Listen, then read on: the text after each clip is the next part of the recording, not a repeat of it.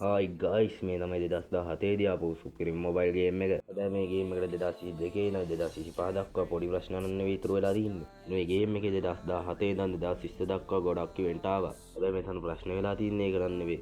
2020 ඉඳන් 2025 කාලය තුල ඒ ඉවෙන්ට් ආයෙත් රිටර්න් වෙනවා. මේ නිසා ගේම් එකේ පරණ ප්ලේයර්ස්ලා ලොකු බලපෑමක් ඇති වෙනවා. හැබැයි මේක උඹලා ඔළුව වල තියෙන මනස්ගාතයක් විතරයි.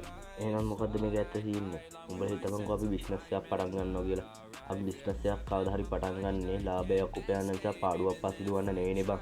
අන්න ඒ වගේ තමයි මචං ගරිනා ආයතනෙ. ඉතින් එකපාරට ප්ලේයර් කෙනෙක් ආවෙදී ප්ලේයර්ස්ලා 10ක් විතර එකතු වෙනවා. ඒ කියන්නේ පාරණ ඒ පොඩි ප්ලේයර්ස්ලාත් ඒ ඉවෙන්ට් ගන්න බලනවා.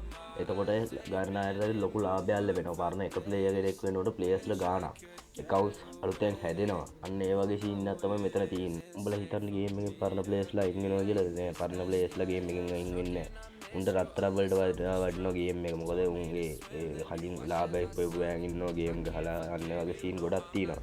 හැබැයි මෙහෙම සීන් එකක් තියෙනවා. තමන්ගේ දිනුම් කරා යන එක කොහොමද දිනුම් කරා යනවා.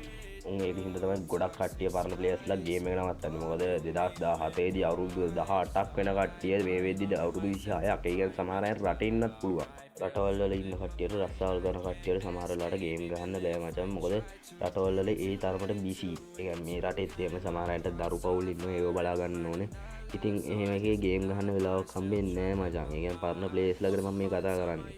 ඉතින් ඒකේ ඉතින් ගේම් ගහන්න හම්බෙන්නේ නැති එකේ පරණ ප්ලේයර්ස්ලා ගේම් එකේ ඉඳලා ටික වැඩක් නැහැ. එතකොට අපි හිතන්නකො මැද ඉන්න ප්ලේයර්ස්ලා සෙට් එක ආයෙත් උඩට එනවා. උඩට ආවට පස්සේ අර ප්ලේයර්ස්ලා මැදට එනවා. මැද ඉන්න ප්ලේයර්ස්ලාට තව කට්ටියක් එකතු වෙනවා. එන්නේ වගේ සීන් එකක් යන්නේ මචං. ඒ කියන්නේ දැන් T40 ගත්තොත් T40ට වැඩිය දැන් හොඳ ප්ලේයර්ස්ලා මොබයිල් ගොඩක් ඉන්නවා. හැබැයි මෙහෙම සීන් එකකුත් තියෙනවා මචං. T40ට තියෙන රෙයා එක තාම නැති වෙලා නැහැ. හොඳ මොබයිල් ප්ලේයර්ස්ලා කොච්චර හිටියත්. අන්න ඒ වගේ තමයි මචං පරණ ප්ලේයර්ස්ලාට තියෙන රෙයා එක කවදාවත් නැති වෙන්නේ නැහැ. බං දැන්ට ගේම් එකට බැස්සත් උන් තමයි හොඳටම ගහන්නේ මචං. ඒ උන් අපිට වැඩිය දෙයක් දන්නවා මචං ගේම් එකක් ගැන. අනික මචං මං කලින් කිව්වා වගේ ආයතනයක් කවදාවත් පාඩු ලබන්න බිස්නස් කරන්නේ නැහැ බං. ඉතින් එක ප්ලේයර් කෙනෙක් අයින් වෙද්දී බේස් 10ක් විතර එකතු වෙනවා. ඉතින් හැබැයි ඒ ප්ලේයර්ස්ලා අයින් වෙන්නේ හේතුවක් පිට. හැබැයි ගොඩක් ප්ලේයර්ස්ලා අයින් වෙන්නේ නැහැ. ෆ්‍රී ෆයර් එකේ අදටත් බැලුවොත් ගොඩක් කට්ටිය ප්ලේ කරනවා. හැබැයි මේකේ ප්ලේයර්ස්ලා අඩු වෙන්න තවත් හේතු තියෙනවා. හේතු නැතුවවත් නෙවෙයි. මොකද සමහර අයන්ගේ දෙමව්පියෝ කැමති නැහැ. පිට රටවල් වල මේ වගේ ලොකුවට ගේස් නැහැ මචං. අපේ පුංචි රටේ ගොම්මොළ වලට මේ වගේ දෙයක් හිතා ගන්න බෑ කියලා ගරිනා ආයතනය කරන්න යන්නේ නැහැ මචං. ඉතින් මේ වීඩියෝ බලලා හරි උඹලා දෙයක් ඉගෙන ගන්න. වීඩියෝ එකට අනිවාර්යෙන් සපෝට් එකක් දෙන්න මතක කරන්න එපා. අලුත පටන් ගත්ත channel එකකින් දා. ඉතින් good luck මචං.